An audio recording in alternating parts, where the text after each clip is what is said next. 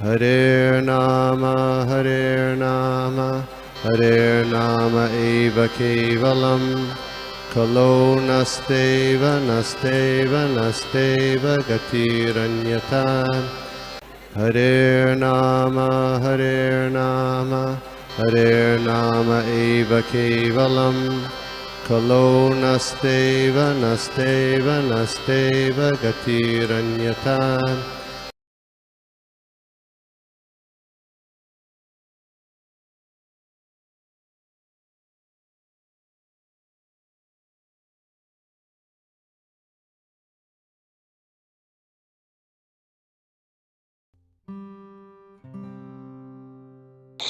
तो यहाँ पे अभी हमको और एक चीज समझनी है कि ऐसा क्या चीज है कि जीवात्मा कभी कभी हम लोग देखते हैं, जैसे वो बहुत अच्छा उदाहरण है जैसे सुअर का। तो सुअर का कंडीशन कितना कितना दयनीय है, हम लोग बोलेंगे उसको। मतलब कितना, मतलब सो वर्स्ट। मतलब क्या खाता है वो, but he is so happy. वो कितना तगड़ा, कितना मजबूत, एंड ही सो हैप्पी। और वो यही सोचता है। और जैसे वो इंद्रदेव का भी उदाहरण है, जब उसको श्राप मिलता है और वो सुअर के रूप में आता है, ब्रह्मा जी बोलते हैं, अरे भाई इंद्र, अब चलो, तुम्हारा काम हो गया, वापस चलो। तुम इसके ये इतने घृणित जीवन के लायक नहीं हो, तुम देवता हो। तो बोलते हैं, अरे क्या मुझे वहां पे ये मेरे भी बच्चे मिलेंगे? बोला नहीं। यहाँ पे ये मुझे खाना मिलेगा? बोला नहीं। तो बोला फिर मुझे नहीं है। तो जस्ट इमेजिन कि किस प्रकार से माया प्रभाव डालती है और कितना आवृत करती है कि इंद्रदेव जैसा इतना, जो मतलब देवों का देव है, वो सारे जो देवता हैं उनका राजा है, वो भी इतना माया पड़ जाता है। बोलता है कि नहीं, मेरे को ये खाने मिलेगा तो उधर मैं आऊंगा, नहीं तो नहीं आऊंगा। तो ऐसा क्या चीज है कि इतना हेलिश कंडीशन होते हुए भी वो जीव इतना खुश है? Why is it happening? ये हम लोग देखते हैं। ये श्रीमद् भागवतम के तीसरे स्कंद के 30वां अध्याय, चैप्टर नंबर 30 के 4th श्लोक में आता है, जहाँ पे भगवान कपिल जो है वो इसके बारे में देववती माता को बताते हैं। मैं फिर से एक बार शेयर करता हूँ। ये बहुत जबरदस्त श्लोक है ये, कि क्यों हम लोग देखते हैं हम लोग अपने जीवन में भी देखते हैं। कई हमारे क्या बोलते हैं, रिलेटिव्स हैं, कई फ्रेंड्स हैं, उनको बोलते हैं यार ऐसा मत करो, आओ कृष्ण भक्ति में आओ, हम लोग को देखो, हम लोग कितना अच्छा जप कर रहे हैं, कितना आनंद ले रहे हैं। या इवन भक्तों में हम लोग कभी कभी बोलते हैं, अरे यार ऐसा मत करो, ऐसा मत करो, लेकिन वो नहीं सुनते। उनको लगता है वो कर रहे हैं वही सही है, हम लोग मूर्ख हैं।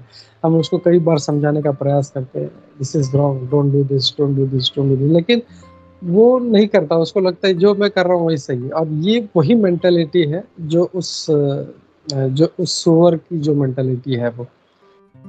तो वो ऐसा क्या चीज है उसको कवर करती है, विल सी दैट। बहुत अच्छा श्लोक है ये, जो भगवान कपिल कह रहे हैं देवहूति माता से। और ये जंतुर्वै भव एतास्मिन् यम यम योनिम अनुव्रजेत तस्यां स लभते निवृत्तिम न विरज्यते। तो यहाँ पे क्या कह रहे हैं वो, क्या कहते हैं? ट्रांसलेशन हम लोग देखते हैं। Translation bye Shri Prabhupada.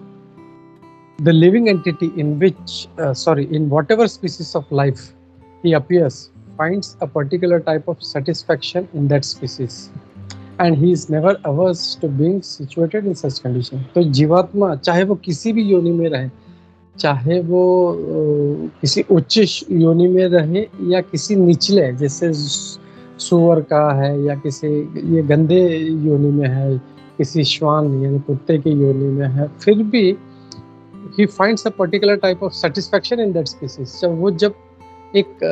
जब एक मनुष्य होता है, वो एक जीवात्मा जब मनुष्य योनि में होता है, तो वो सुअर को सोचता है यार ये कितना गंदा प्राणी है, वही जीवात्मा अपने कर्मों के कारण जब उस योनि में जाता है तो ही इज फाइंडिंग हैप्पीनेस, वो उसी में खुश होता है और उसको लगता है कि ये सबसे बेस्ट योनि है और आई एम जस्ट एंजॉयिंग। तो ये जो है ये जीवात्मा का लक्षण है ऐसा।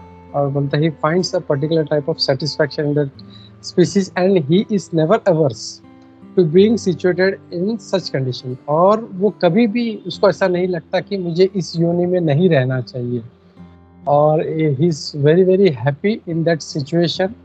मैं इसका हिंदी में पढ़ता हूँ, वेरी नाइस ट्रांसलेशन।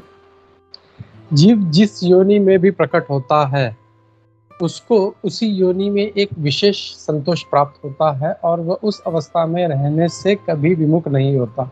यानी जस्ट इमेजिन कि वही जीवात्मा जो कह रहा था कि अरे यार ये कितना गंदा योनि है, ये कितना गंदा प्राणी है, क्या क्या गंदगी खाता है, वही जीव जब अपने कर्मों के कारण उस योनि में जाता है वो वही चीज करता है। तो और उसको बिल्कुल भी विमुख नहीं होता उस कार्यों से। जैसे हम लोग बहुत अच्छा उदाहरण हम लोग इंद्र से देखते हैं। इंद्र को क्या पता नहीं है, ही नोज वेरी वेल, लेकिन फिर भी जब वो उनको उस योनि में जाना पड़ता है, he is also enjoying that. तो जस्ट इमेजिन हमारा क्या गति है, हम लोग तो कुछ भी नहीं है। तो जैसे हम लोग कल पढ़ रहे थे, कल या परसों पढ़ रहे थे कि जो जितने भी देवी देवता, नहीं कल ही पढ़ रहे थे, जितने भी देवी देवता हैं ये अपने पुण्य फल के कारण, अपने अच्छे जो पिछले जो उन्होंने कार्य किया उसके कारण उनको चाहे वो चंद्रमा हो या इंद्र हो या देवी देवता हो, उनका ये पद मिला है। तो इतना उच्चतम व्यक्ति भी जो है वो इतना निचले स्तर पे गिर जाता है, और ये इसमें इसी कारण होता है। तो यहाँ पे उस श्लोक में प्रभुपाद जी बहुत अच्छा दो चीजें बताते हैं विच आई वांट टू शेयर। उसमें वो कहते हैं उसके तात्पर्य में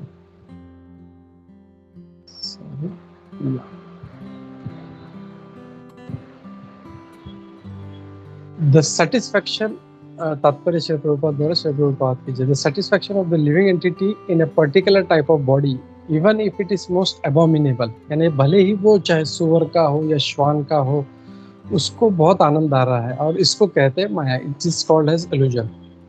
और जैसे प्रभुपाद यहाँ पे देते हैं a man in a higher position, एक व्यक्ति अगर कोई उच्चतर योनि में है तो उसको बहुत गंदा लगता है, ये क्या कितना लोअर ग्रेड का प्राणी है कितना, लेकिन वो जो उस लोअर ग्रेड का जो प्राणी है उसको बिल्कुल भी नहीं लगता, क्योंकि वो माया से इतना बद्ध है।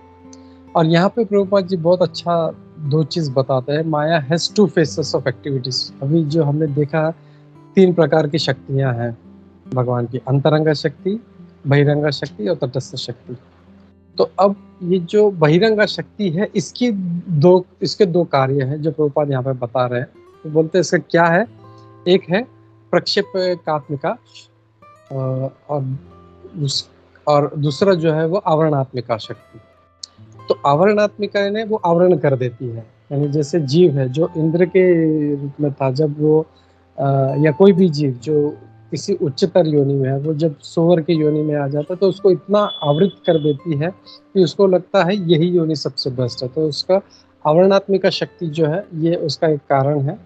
और दूसरा है प्रक्षेपिकात्मिका, यानी उसको नीचे खींचने की। लेकिन जैसे हम लोग देखें, अगर कोई जीव है, कोई जब गलत कार्य शुरू करता है सॉरी, जब कोई गलत कार्य शुरू करता है जब माया में पढ़ के, तो ये जो प्रक्षेपात्मिका शक्ति जो है उसको नीचे नीचे नीचे नीचे खींचती रहती है, एंड उसको बिल्कुल भी ये नहीं लगता कि मैं नीचे की तरफ जा रहा हूँ, मैं गलत कार्य कर रहा हूँ, क्योंकि वो एक आवृत है और दूसरा वो नीचे की तरफ जो है प्रक्षेपात्मिका शक्ति जो है उसको नीचे की तरफ खींच रही है, और वो हमेशा ही is enjoying that, even going down he is enjoying that situation.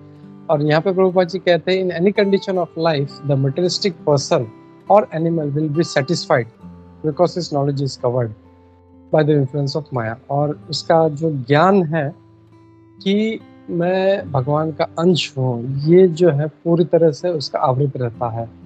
तो ये जो दो चीज़ हैं यहाँ पे इसमें बताई गई। और प्रभुपाद जी यहाँ पे वही वापस सूअर का एग्जांपल देते हैं। Even a hog who lives by eating stool find himself happy. तो एक जो सूअर है वो भी मल खाते हुए he is the most happiest person.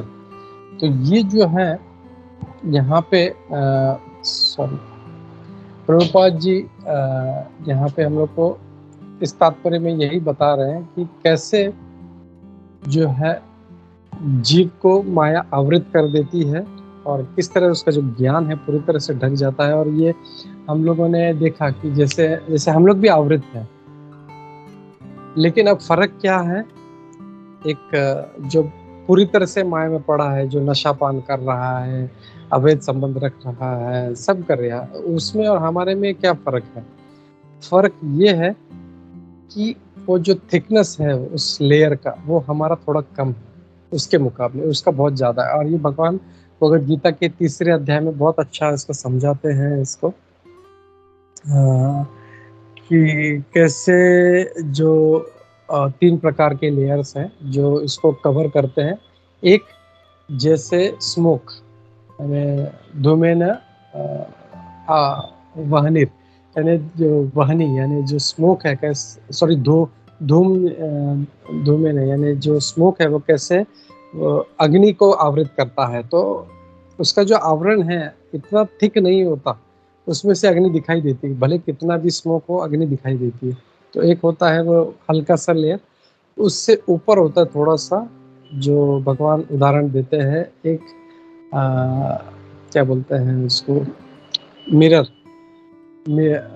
दर्पण पे जो धूल होती है वो एक लेयर होता है। और तीसरा जो है वो एक एम्ब्रियो यानी जो गर्भ है वो जो आवृत रहता है। तो ये 3 लेयर है। तो इसकी वजह से जिसका जितना मोटा परत होगा उतना वो माया में पड़ा रहेगा। तो अब हम लोग ये करना है, हम लोगों को भगवान का कृपा मिला है, प्रभुपाद जी का, भगवान से ज़्यादा हम लोग बोलेंगे कि प्रभुपाद जी का कृपा है, मिला है, अपने गुरु का कृपा मिला है। तो हम लोग को यही प्रार्थना करना है कि भगवान मैं माया में आवृत हूँ। हम लोग को कभी ये नहीं सोचना है कि नहीं मैं इस्कॉन में आ गया, मैं बहुत बड़ा ज्ञानी हूँ, मैं पंडित हूँ, ये हूँ वो नहीं। हम लोग को ये समझना है कि हाँ भगवान मैं माया में पड़ा हूँ, बस अब आपका कृपा ये रहे कि मैं कभी इस माया में ना पड़ूं, कभी भगवान को ना भूलूं, कभी अपने गुरु को ना भूलूं। मैं हमेशा अपने गुरु के, अपने जो वैष्णव हैं उनके या अपने शिल प्रभुपाद हैं उनके, या भगवान के जो हैं उनके, हमेशा जो है उनको याद रखूं, उनकी सेवा किस प्रकार करूं, ये हमेशा जो है मेरा जो चेतना है ये बना रहे, न कि मैं कैसे इंद्र तृप्ति करूं। तो ये हम लोग को हमेशा प्रार्थना करना है हम लोगों को, और अपने आप को इससे बचा के रखना है। और इस